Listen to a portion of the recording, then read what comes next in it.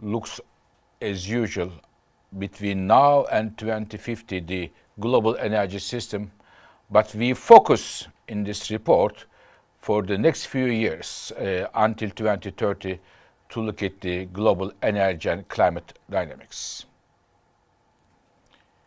My colleagues look at the entire energy system, all fuels, all technologies, energy technologies, the entire geography around the world, and there are many interesting findings, charts, numbers you will see in our report, which is freely available in our website. So in this report, there are, as I said, many findings, but there are two issues, two questions I ask my colleagues, Mrs. Kozi and Mr. Gould, to look into. The first question: is the current energy crisis going to slow down or to accelerate clean energy transitions? This is question number one.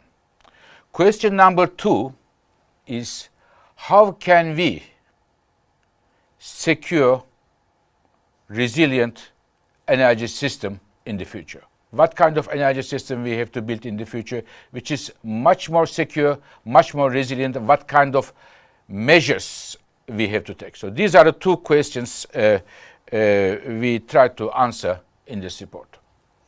Now, starting with the first one, some of the members of the press would remember only a few months ago I said this energy crisis could be a turning point in the history of energy by accelerating clean energy transitions. And now, looking at the results and the findings of the World Energy Outlook, I can confirm that the numbers here, the analysis here, do confirm that the government responses around the world given to this energy crisis promise to be that we are seeing a turning point in the history of energy, and this crisis indeed accelerate clean energy transitions. We look at the numbers. This is our job, the data. We are seeing unprecedented increase in different clean energy options. Solar PV, wind, batteries, heat pumps, nuclear power, energy efficiency, in all of them. My colleagues will very soon going to give you the numbers. But dear colleagues, why I am optimistic is we look at the responses coming from governments to this crisis. Inflation Reduction Act from the United States, $400 billion on the table. In terms of tax incentives, subsidies, different support for clean energy technologies ranging from hydrogen to solar to carbon capture and storage to nuclear, electric cars and others. In Europe, we have Repower EU, again a major package putting on the table, accelerating the clean energy transitions. In Japan, we have Green Transformation of Japan, a major new plan. China, India, they have increased their renewable and clean energy targets and supported with real money there. So why governments are doing this? There are three reasons. Number one, energy security. Today, the biggest driver of renewable energy in many parts of the world is energy security, not necessarily climate commitments as it was before. So, energy security, number one driver. Number two, of course, climate commitments. And number three, the many governments want to be a part of the new industrial era based on clean energy manufacturing. So these three drivers energy security, climate commitments, and industrial policy, when they come together, it's a very powerful combination, and it is the reason I am optimistic that we are going to see an acceleration of clean energy technologies. And as a result, as my colleagues have calculated, the clean energy investment today, which is about 1.3 trillion US dollar as of today, will reach in 2030 with the current policies to about 2 trillion US dollar. A 50% increase of clean energy investment with the current policies in 2030. Something to be happy about, or at least optimistic about. Another important finding of our study is that for the first time, in the current policy settings, again without pushing the climate commitments, just with the current policy setting, we are seeing a peak of fossil fuels, a distinct peak of fossil fuels in 2030s. It is for the first time since Industrial Revolution we are going to see a peak of fossil fuel around 2030s. Decades and decades, the share of, in the last 3-4 decades, the share of fossil fuels in the global energy mix was about 80%, more or less constant. And now, around 2030, we will see this share will fall down below 70%. Again, this is in the scenario in the current policy context. Additional policies to push the clean energy technologies may well mean that this 70% will even go further down. Dear colleagues, we also look at the impact of that. So this is there is a peak, but this doesn't mean that the world will not use fossil fuel. The world will still use fossil fuel, oil and gas, at a lesser extent coal, and as a result, in the current policy context, with the current policies, our numbers show that the global temperature increase would be around 2.5 degrees Celsius. And my colleagues also look at the very important fact that more than 100 countries around the world, before and after Glasgow COP26, made pledges. If those pledges of those governments are fulfilled, what would be the temperature rise? And the temperature rise, if those, again, if those pledges are fulfilled, it will be temperature rise will be about 1.7 degrees Celsius. Again, an improvement in this area. So in terms of 1.7 degrees, it's a good news, but it is still far from the 1.5 degrees, and there is also no certainty that the governments will do what they said they would do in their pledges. So from that point of view, if we want to reach our net zero targets, on which we last year made a very detailed report, we still see there is a significant gap. There are many important achievements, but in order to secure a 1.5 degrees result, for example, the $2 trillion I mentioned, the clean energy investment 2030, needs to double and reach 4 trillion US dollars. So this is therefore, there is still an important gap between the pledges and where we need to come, at least where we need to come as the International Energy Agency. But we still believe that given all the difficulties we are facing today in the global energy markets, to reach 1.5 degrees target is still achievable, getting more and more challenging, but still achievable from energy sector point of view. Another important point of our report is on Russia. So Russia, dear colleagues, based on our numbers, as of 24th of February this year, Russia was the number one fossil fuel exporter of the world. Oil, gas, and coal, putting all of them together, number one fossil fuel exporter of the world. But Russia lost. It is by far the most important client, the market, Europe.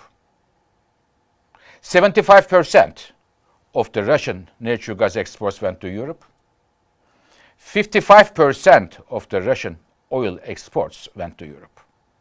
And it will be very difficult for Russia to compensate, to find new clients to substitute Europe. It will take time. It will not be easy economically, technologically, and from a political perspective. And therefore, what we are seeing is the Russia's production and exports for oil and gas will decline in the next years to come. As a result, Russia's role in the international energy affairs will be diminished, much diminished, I should say. In terms of oil and gas trade, Russia's share will decrease significantly. Why Russia's share will decrease? Because there will be less opportunities to substitute their exports to Europe and elsewhere. As a result, my colleagues have calculated that as a result of the decline in the oil and gas sales between now and 2030, Russia will lose about $1 trillion of export revenues. The last 2 points I wanted to mention is first on natural gas. Some of the colleagues who follow our work closely would remember 2011, we made a report. Again, in this series of World Energy Outlook, our flagship publication, this report was called Golden Age of Gas, 2011, when the shale gas revolution has been identified by the IEA. We said if the shale gas revolution continues, what would be the gas consumption in the world? And we came up with a rather bullish projection. We said in the next 10 years, we made this report 2011, global gas consumption could increase by about 700 BCM. It was found rather bullish and radical by some, but when we look at the numbers in 2021, we were spot on. It was a golden age of gas. But this report, World Energy Outlook we have, says us that we are approaching to the end of the golden age of gas. The demand, especially in advanced economies, are in a decline, mainly as a result of the renewables in the electricity generation, heat pumps and efficiency in the buildings, and the growth in the developing countries. There will be still growth in developing countries, but this will not be as strong as before due to the high prices we are seeing. Having said that, the pipeline connection between Russia and Europe will not be on the table anymore, and we see that the LNG markets will see a very strong push. LNG will play a more important role, but the sustainable growth of LNG markets will, among other things, will hinging on whether or not we can make the LNG infrastructure compatible with our climate goals. So the last point, dear colleagues, I wanted to mention to you is how can we reduce the risks of future turmoils like we are seeing today. There is a very detailed analysis in our report, several hundred pages, but if I can try to summarize at the cost of being to simplify it too much, I see there are basically two options. Either clean energy investments today, growing, I said, and they are going to reach, with the current policy context, $2 trillion in 2030. And the energy demand around the world will increase, with the economies increasing, with the urbanization and others, because energy means better lives, productivity, and the comfortable lives. So, either we meet this energy demand growth by increasing $2 trillion clean energy investment to $4 trillion, and the more and more growth in global energy demand will be met by clean and secure energy sources. This is the first option, which will bring us in line also with the 1.5 degrees target we have. This is the first option we have. The second option, if we fail to increase the clean energy options, technologies, in order to avoid further volatility and insecurity in the markets, we have to further increase fossil fuel investments to have security of energy supply. And of course, in this case, you can address the security in a different way, but you are going to jeopardize our climate goals. And I believe there is also a business risk here. So we have these two options in front of us. And from International Energy Agency point of view, we believe, and our analysis show, that we can at the same time address energy security and climate challenges by increasing the clean energy technologies which will provide a secure future. So to finish, dear colleagues, I believe when we look at this year, 10 years from now, I believe we will see that 2022 was a year where the clean energy technologies see a major turbocharging. And this World Energy Outlook is a testimony for that. And I would like to thank my colleagues Lara Cozy and Tim Gould and their wonderful top-notch team for bringing this work together. Thank you very much. So, that is introduction. Now, Tim Gould and I will take you through the main findings of the World Energy Outlook. So, let me start with giving you something that I would call the heartbeat of the global energy economy. What you're seeing here is an historic perspective of how good or how not good the global energy economy has been going over the past 50 years. And the more you go up, like really when you measure your heartbeat, the more countries you see hitting high level of inflation, the reason for being worried and flashing red lights is what this graph tells you. Today, we are approaching 100% of countries hitting very high inflation levels. We need to go back to the 70s, to the previous oil crisis, to see incredibly high level of inflation. Now, governments around the world, in our assessment, have already spent and are spending over $500 billion to shield consumers from these increasingly high prices, to shield companies and to shield families, to try to avoid this increasing risk of a global recession. A major and important difference from the period of the 70s is that today governments around the world have many more tools to address this crisis, in particular clean energy technologies. So if I go back to the very first questions that Dr. Birol asked at the beginning of this presentation, is this crisis a setback or a boost? This answer that you'll find in this outlook is very clear.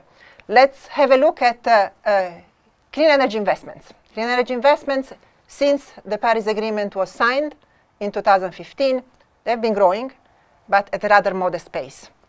We have seen a first jump in 2021. Why? Because countries out of the COVID crisis started putting in place sustainable recoveries. They started putting money against ambition. And now, what's happening? Over the past several months and over the past year, we are seeing an increasing amount of policies being put in place, not only the policies, the money backing those policies. And our expectation is that all those new policies put in place will give a very big push to hit a 2 trillion mark for clean energy investment by 2030.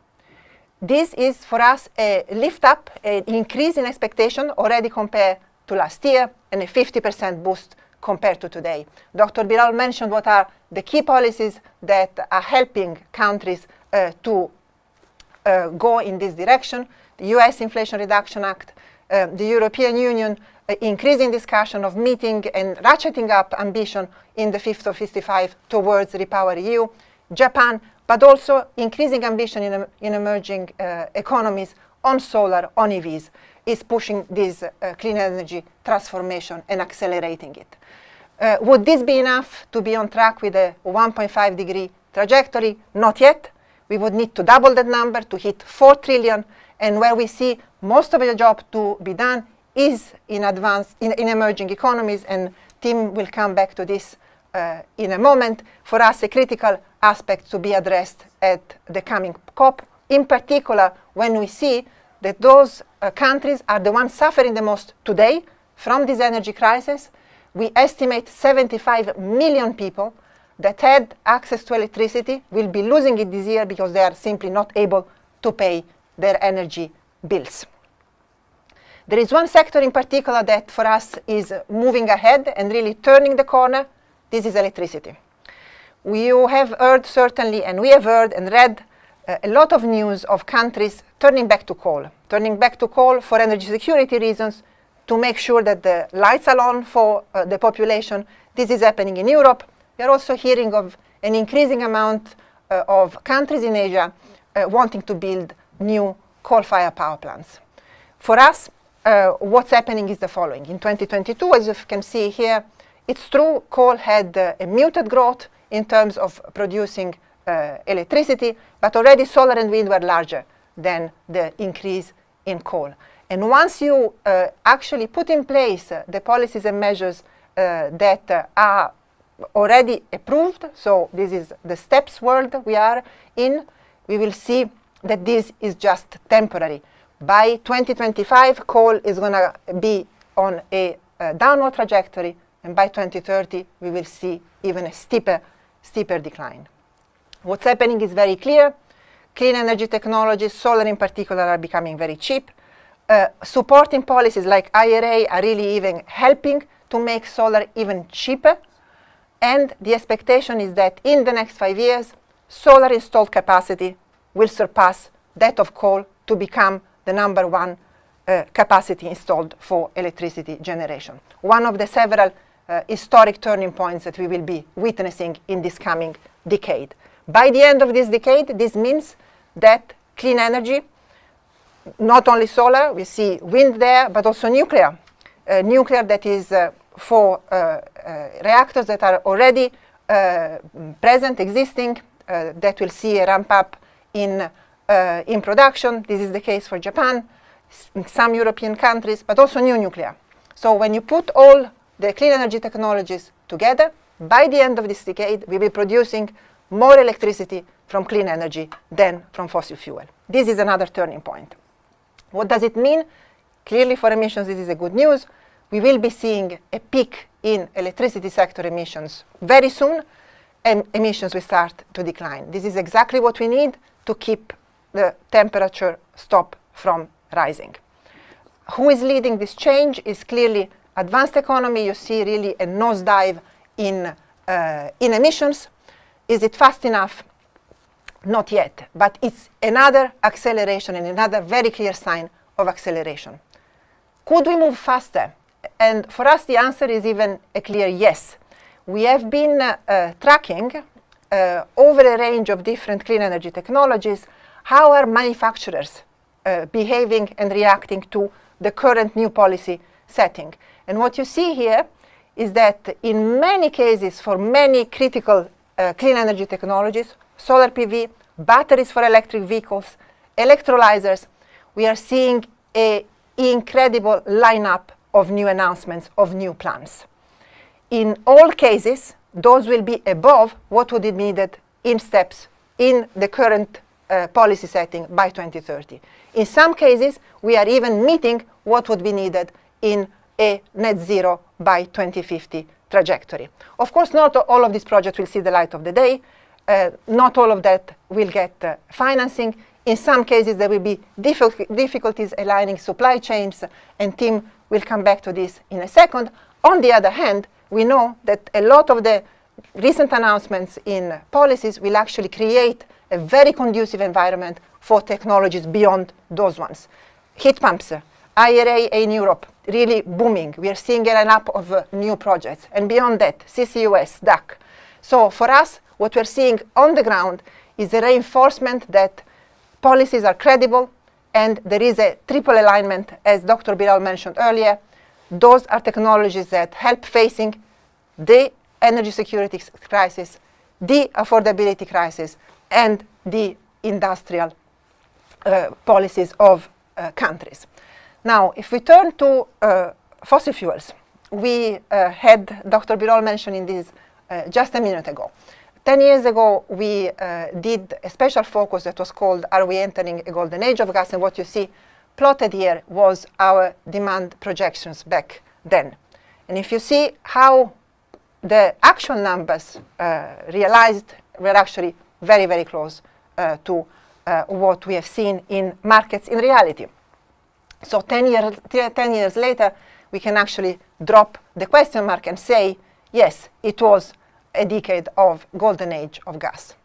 Now, going forward, the outlook is very different.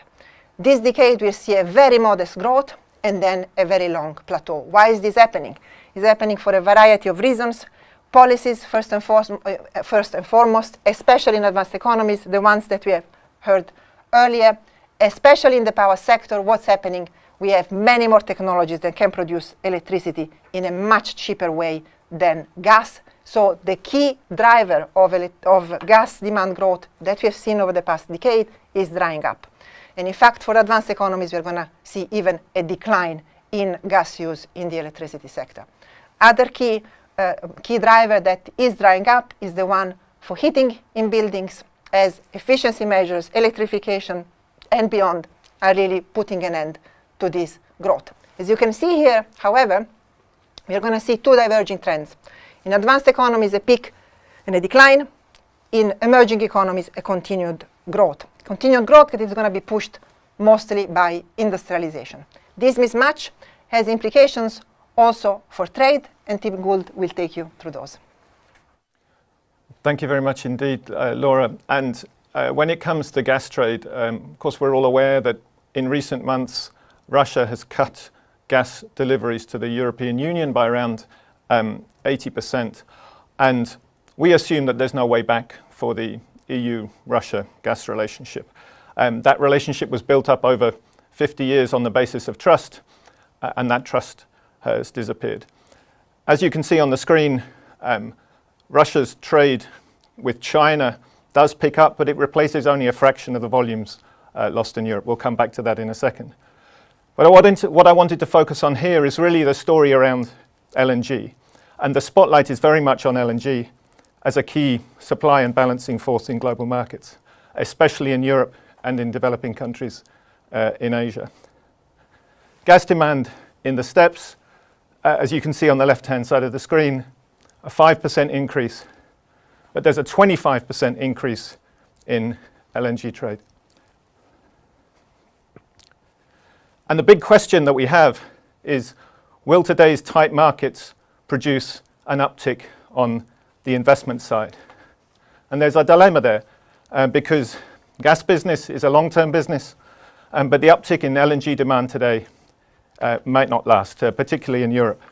So we need to look carefully at business models for any new long-term gas investments and ways to make them compatible with energy transitions, for example, by integrating CCUS or building in the use of low emissions gases. And there can be no clearer sign of the changes underway in the energy system than the picture that you're looking at now. For the first time, as Dr. Birol mentioned, today's policy settings are strong enough to generate an overall peak in fossil fuel demand before the end of this decade. And alongside that plateau in gas demand that we just heard about, coal demand peaks within the next few years. Oil demand reaches a high point in the mid-2030s before falling back, and that has a lot to do with the expansion of electric vehicles. Fossil fuels and the emissions from their combustion have risen every decade since the start of the Industrial Revolution more than 2 centuries ago. And now all of our scenarios have a growing global economy, growing demand for energy services, alongside a reduced role for fossil fuels in meeting those needs. And that's why we're calling this a pivotal moment in energy history. And within that broader context, the challenges facing Russia are particularly sharp.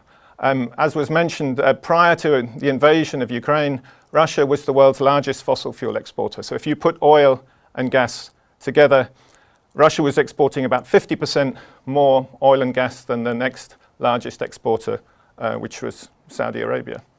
And if we look back to our projections from the World Energy Outlook 2021, which is what you're seeing on the screen, our expectation was that Russia would easily maintain that position. But this has all changed. Russia's share of global oil exports drops once the new EU ban on imports kicks in, and gas sees an even steeper drop. So gas exports are set to halve from today's level by 2030. And those declines highlight the difficulties that Russia faces to find alternative markets for all the resources that used to go to Europe. And also our judgment that the sanctions on Russia's access to capital and access to technologies will affect its ability to develop new, more challenging resources, for instance, in Eastern Siberia or the Arctic, or indeed to build new LNG projects. And as a result, Russia does face a much diminished role in global energy. And I'd just like to pick up one point here on gas exports, because some people assume that Europe's loss is China's gain, that Russia will simply ramp up gas exports to the east as exports to Europe fall. But things are really not that simple. Aside from all the infrastructure issues, our projections underline that China is changing too, and that gas demand growth in China's future is nowhere near as strong as it has been in recent years. So in our view, there's no obvious room in the Chinese mix for another large capacity gas pipeline from Russia beyond the existing Paris-Siberia pipeline. As the Executive Director mentioned, energy security is a really key theme in this year's WEO. In particular, this issue of maintaining affordable and reliable supply through transitions. And I wanted to illustrate a few of our points from the outlook here. So for the next few decades at least, we will be drawing down a system based on fossil fuels and building one up based on clean energy. But the key point to have in mind is that we need both parts to function well for the duration of that transformation. You can't just let the fossil fuel system freewheel downhill, and the speed and security of the transition depends on synchronizing changes across different parts of the energy system. And indeed, some parts of the old infrastructure can also be reused or repurposed to find a place in the new one.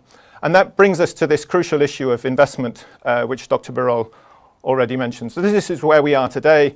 For every dollar spent on fossil fuels, around $1.50 is spent on clean energy transitions.